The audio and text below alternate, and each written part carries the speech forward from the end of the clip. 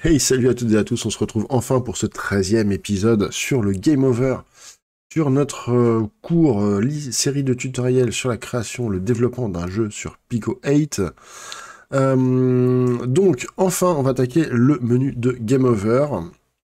Pour aller un petit peu plus vite, vous pourrez faire une petite pause, recopier tout simplement ce que j'ai écrit. Pourquoi recopier? Je sais que recopier c'est mal, mais tout ce qui est là, on l'a déjà fait. Je vous explique très rapidement ce que vous allez recopier quand même. J'ai créé un nouvel onglet que j'ai appelé Game Over avec le commentaire en première ligne. Ensuite, j'ai créé une fonction qui s'appelle initGo pour Game Over, UpdateGo pour Game Over et DrawGo pour Game Over. Jusqu'ici, tout va bien. Ensuite, ici, on va mettre une petite logique dans l'update, mais ça, on va le faire ensemble. Ne vous inquiétez pas, on va quand même faire des trucs ensemble. C'est pas un copier-coller intégral que je vous demande. Par contre, le draw, donc l'affichage de l'écran de Game Over, franchement, vous pouvez le copier-coller. Ce n'est que du clear screen, que du print. Voilà, avec des valeurs que moi j'ai trouvées, vous pouvez les modifier ensuite. Le seul petit piège, c'est le bouton retour. Le bouton retour, ça va être l'équivalent de la croix sur notre manette. Donc, vous le faites avec majuscule X pour l'afficher. Ça, c'est juste de l'affichage. Vous n'êtes même pas obligé de l'afficher si vous voulez pas. Moi, je vous conseille quand même de l'afficher. Donc voilà, donc prenez, faites une petite pause, vous recopiez cette page, et on se retrouve juste après pour la logique réellement qu'il y a derrière, donc la partie vraiment intéressante. Et donc maintenant que c'est recopié, on va attaquer à la logique vraiment qu'il y a derrière, donc les parties les plus importantes à apprendre, puisque ça, on connaissait par cœur maintenant tout ce qu'on a fait là. Donc pour faire ça, on va revenir sur notre onglet Main, puisqu'on va devoir utiliser plusieurs game states. Pour afficher les différents écrans, je vous ai dit, c'est vraiment la chose la plus simple, la plus basique qu'on puisse faire. Donc dans la fonction init, vous voyez, moi j'ai même pas mis le initGo. En réalité, je suis pas sûr qu'on en ait besoin d'initialiser le menu Game Over. Pour l'instant, vu qu'il n'y a rien dedans, je ne vais pas le mettre, mais il faudra penser à le mettre si vous utilisez des objets, enfin des fonctions ou des initialisations dans le Game Over. Pour l'instant, on ne met rien, il n'y en a pas spécialement besoin. Tout comme le menu, il y a des choses qui vont dégager lorsqu'on va nettoyer le projet à la fin. Ce qui nous intéresse, ça va être dans la fonction update donc de notre onglet main. On a si le game state est égal à 0, alors on update le menu, et sinon on update le jeu. Donc c'est-à-dire qu'on affiche notre écran de jeu. Et bien on va se mettre juste avant le else, et on va taper else if. On va à la ligne, sinon ça fait un truc bizarre. Et donc sinon, si, on va rajouter une condition qui va être game state égale 2. Alors 2 c'est purement arbitraire. Hein. On avait défini que le game state 0 c'était le menu, que le game state 1 c'était le jeu. Et donc, par extension, on va se dire que le game state 2 c'est le game over. Logiquement d'ailleurs, on pourrait plutôt se réserver par exemple les 10 premiers game states pour tout ce qui va être menu d'options, de démarrage, de game over, etc. Nous, c'est pas le cas ici, c'est-à-dire que j'ai tout à fait le droit de me dire ça. De dire que c'est 25 ou même 29. L'important, c'est que ça soit cohérent à chaque fois que j'appelle ce game state. Nous, on va rester là-dessus. Ouais, comme ça va pas nous faire tout modifier. Le game state 1, ça va être le jeu classique. Le 0, c'est le menu. Et le 2, c'est le game over. Donc, si mon game state, c'est égal à 2, eh bien, on va simplement update Geo, update Go. Pour l'instant, update Go ne fait rien, mais on va travailler dessus, ne vous inquiétez pas. Et on va faire la même chose dans le draw. On va aller à la ligne, hop, else if, game state est égal à 2. Alors, hop, draw, go. Ok. Bon, là, c'est juste pour l'affichage et pour le traitement des infos lorsqu'on est en game state 2. Le problème, c'est qu'il faut passer en game state 2. Comment on fait? On va aller dans nos tirs, puisque je vous le rappelle, dans la vidéo précédente, on avait vu ici, lorsque le joueur, enfin tant que le joueur a des vies, alors on enlève une vie quand il se fait toucher. Mais par contre, s'il a plus de vie, eh ben s'il a plus de vie, on va simplement aller à la ligne du if point de vie supérieur à 0, on va mettre un petit else, et là, eh ben, game state égale 2. Un seul égal, est-ce qu'on attribue la valeur? Tout à l'heure, on mettait des doubles égales puisqu'on comparait les valeurs. Hop, je replace le petit rappel ici. Et donc, normalement, on va lancer. Tac, tac. Un point de vie. Tac, tac. Yes. Game over. Mon score s'affiche. Le score, de toute façon, va s'afficher tout seul. Je me suis pas pris la tête à faire tout ça. On peut faire un petit test et on va essayer de... Hop, voilà, je fais des scores. J'ai 3 points. Hop, ok. Jusqu'ici, tout va bien. Sauf que là, si j'appuie sur X, ou n'importe quelle touche, il se passe rien. Et oui, on va faire échappe, on va revenir sur notre game over. Dans l'update, il se passe rien. Et ben, devinez quoi? On va vérifier qu'on a le bouton X qui est appuyé. Donc, hop, si btnx, zen, alors, hop. J'ai des petits trucs qui se sont foutus sur l'ordi. Let's go, on y va, on y arrive. Donc si on appuie sur le bouton X, eh bien on repasse le game state à 0. C'est-à-dire qu'on revient sur le menu d'accueil. Ok, allez, on lance. On va essayer de faire quelques points, voilà. Ok, mon score apparaît. Si j'appuie sur X, je reviens sur le menu d'accueil. Cool. Je vais relancer le jeu. Ah, merde. J'ai toujours mon score. J'ai toujours 0 point de vie. Ok, alors c'est quoi ce merdier? Eh ben, tout simplement parce qu'on ne réinitialise rien du tout. Et c'est là où il va y avoir le plus de boulot. Vous voyez que pour l'instant, tout ça, c'est quand même facile. C'est que des trucs qu'on a déjà vus. En réfléchissant un petit peu, on peut s'en sortir sans trop de problèmes. Maintenant, eh ben, il va falloir qu'on réinitialise beaucoup de choses, notamment le score. Le score, lorsqu'on appuie sur le bouton X, avant de passer au game state 0, je vais revenir sur cet élément après. Le score, on va le mettre à 0. Score égale 0. On réinitialise, on revient à 0. Pourquoi est-ce qu'on le met avant le game state 0? C'est puisque, une fois que le game state sera passé à 0, eh ben, on risque de plus pouvoir... Normalement, on sera dans la même boucle. Donc, ça devrait passer. Mais on va repasser sur le menu, donc sur l'update menu, et non plus sur l'update go. En théorie, ça passe quand même, mais pour être sûr, mettez toujours vos réinitialisations avant le changement d'écran. Comme ça, vous êtes sûr que ça roule et que vous n'avez aucun souci là-dessus. C'est vraiment quelque chose à réfléchir à chaque fois. Où est-ce que je mets mes réinitialisations ou mes modifications de score, de points, etc.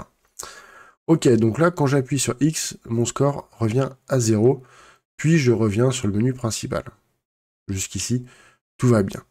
Le problème, c'est que maintenant, nos ennemis, on a vu, il manquait les ennemis que j'avais déjà détruits. Ok. Et en plus, eh bien, j'avais tout simplement les tirs déjà en cours qui réapparaissaient. En fait, j'avais simplement mis mon jeu en pause, en désactivant l'update des tirs des ennemis et tout. Le jeu était simplement en pause derrière, il s'exécutait plus, mais tout existait encore. Les tableaux de tirs d'ennemis existaient encore. Donc ça veut dire qu'il faut qu'on réinitialise tout ça. Donc pour faire ça, ça va être relativement simple. On va revenir sur notre objet de tir, sur notre onglet tir, pardon. Notre onglet tir, c'est là-dedans qu'on gère les collisions avec le joueur, et notamment la perte de vie du joueur. Donc, lorsqu'on va arriver à 0, lorsque le joueur n'aura plus de points de vie, on va passer le game state à 2, donc affichage du game over. Et bien juste avant tout ça, on va réinitialiser nos tirs, donc les effacer nos ennemis, et remettre les points de vie du joueur au maximum. Donc, première chose, on a notre tableau qui s'appelle Shoots. Et bon, on va le réinitialiser. Alors, on pourrait faire des trucs un peu compliqués avec des boucles et tout ça pour supprimer chaque ennemi. Je reprends mes petites accolades qui ne fonctionnent toujours pas. Voilà. Et je vais simplement mettre Shoots égale tableau vide. Ok. Et ben, ennemi, même chose. Hein, on supprime tout le monde. Non, toujours pas. Hein, donc, hop. Mes petites accolades. Ce qui fait que normalement, si je lance le jeu, alors on va essayer de détruire un peu. Tac, ok, je reviens sur l'onglet de démarrage. Et là, on voit que je n'ai plus de score. On voit qu'il n'y a pas eu de tir automatique d'ennemis. On voit que j'ai plus d'ennemis. Et on voit par contre que je n'ai toujours pas modifié mes points de vie. Pourquoi? Parce que les points de vie, on pourrait tout simplement les mettre ici, player vie est égal à 3. Moi, j'aime bien, même si là, effectivement, par rapport à lui, on va pas être ultra scalable. Oh là, merci le chat qui fait vibrer la caméra. Ces points de vie-là, ils sont écrits en dur ici. Moi, je préférerais qu'on ait quand même une variable dédiée. Donc, je vais mettre tout simplement player.maxV. MaxV, c'est une variable qu'on n'a pas encore créée, qu'on va aller créer tout de suite dans notre joueur. En dessous de vie, hop, je vais créer maxV, et là, je vais mettre égal 3. Alors, j'ai dit en dessous. Voilà. Et vie ici, je pourrais le mettre à 0. On va le mettre à 0. Et au démarrage, eh ben, on va mettre tout simplement player.vie est égal à player.maxV. Ce qui fait que pour changer le nombre de vies total du joueur, j'ai simplement à modifier ici mon max vie. Voilà. Et si je teste, au moins pour la vie, pour l'instant, on devrait revenir à 3. Yes, c'est good. Sauf que ben, maintenant, on n'a plus d'ennemis. Et là, c'est le drame, mais pas tant que ça. En fait, on va retourner sur notre onglet ennemis. Et ici, on a tout un bloc création des ennemis. Eh bien, on va créer une fonction pour remplacer tout ça. Et cette fonction, on va pouvoir l'appeler du coup dans l'onglet ennemi, mais aussi ailleurs dans le programme. On va donc aller à la fin de notre onglet ennemi. On va se créer une petite function create. Ah ouais, c'est vachement... Ah non, créer ennemi, pardon. Hop, j'avais dit, j'essayais, je me forçais à mettre du français. Hop, fonction créer ennemi. On vient dans création des ennemis ici. Tac, on sélectionne tout, CTRL X, on met ça dans la fonction. Hop, donc créer ennemi. En fait, j'ai rien touché au code. Hein. On déporte juste un petit peu le code. Et là, par contre, il faut que je pense à appeler ma fonction.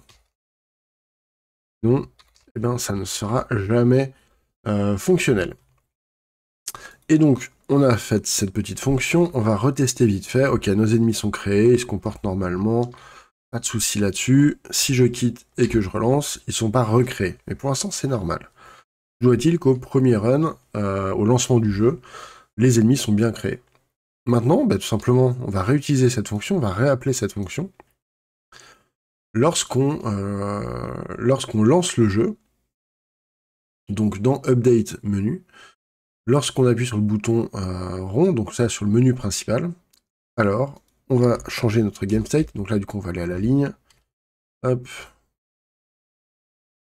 on va y arriver, game state égale 1, pardon, et avant de passer au game state, on va simplement s'appeler notre fonction update, créer ennemi. Pardon. Tac. Donc quand on est sur le menu principal et qu'on lance le jeu, qu'on veut charger le nouveau menu, et ben on recrée une nouvelle vague d'ennemis. Ce qui fait qu'ici, en théorie, on devrait pouvoir enlever tout ça. Donc là, hop, on va perdre. On revient sur le menu principal, on relance. Et là, on voit qu'on a nos ennemis qui sont créés, certes, mais trop bas. Et à chaque fois, en fait, eh bien, ils apparaissent de plus en plus bas. Et donc, nos ennemis sont créés de plus en plus bas à chaque fois. Pourquoi? Eh bien, tout simplement parce que lorsqu'on va créer, du coup, un ennemi, hop, ici, à chaque fois, on rajoute son emplacement en Y, on rajoute 16 à chaque nouvelle itération, à chaque nouvelle ligne. Ce qui fait qu'on a beau remettre notre tableau d'ennemis à 0 lorsqu'on arrive sur le... Alors, pas sur le game over, mais lorsqu'on se fait détruire, lorsque le joueur perd, on remet notre onglet ennemi... notre tableau ennemi, on le réinitialise, on le vide, mais nos valeurs EX et EY, elles sont toujours d'actualité. Elles existent toujours, et pour modifier ça, on remonte tout simplement dans notre onglet ennemi, ce coup-ci, on prend EX égale 10 et EY égale 10, on les copie, on les coupe même, et on vient les remettre dans notre fonction créer ennemi. Ce qui fait qu'à chaque fois qu'on va appeler créer un ennemi, EX et EY vont être remis à 10, et vont plus garder leur valeur qui était à 10, plus 16, plus 16, plus 16, plus 16. On va lancer. Hop, alors on va tout check. Voilà, j'ai du score, j'ai 5 points de score. Ok, c'est bien mon score qui s'affiche. X, je reviens sur le menu principal. Et là, je recommence. Et on est tout bon. Voilà. On repart vraiment à chaque fois à 0. Et ça, du coup, c'est plutôt une bonne chose. Voilà, bah écoutez, j'espère que ce tuto vous aura plu. Désolé pour les nombreux cuts, j'ai 3 chats à la maison. Voilà. Vous savez tout. J'espère que ça vous aura plu. Comme d'habitude, le pouce bleu, c'est le cas. N'hésitez pas à vous abonner si vous voulez voir la suite, si vous voulez voir d'autres tutos sur d'autres moteurs. Si vous avez des questions, des remarques ou des idées concernant cette série sur Pico8, n'hésitez pas à les partager dans les commentaires. Et puis partagez la vidéo un max aussi sur vos réseaux. C'est très très utile. Sur ce, bah, écoutez, on se retrouve bientôt pour un autre tuto sur cette série. Et à la prochaine. Salut!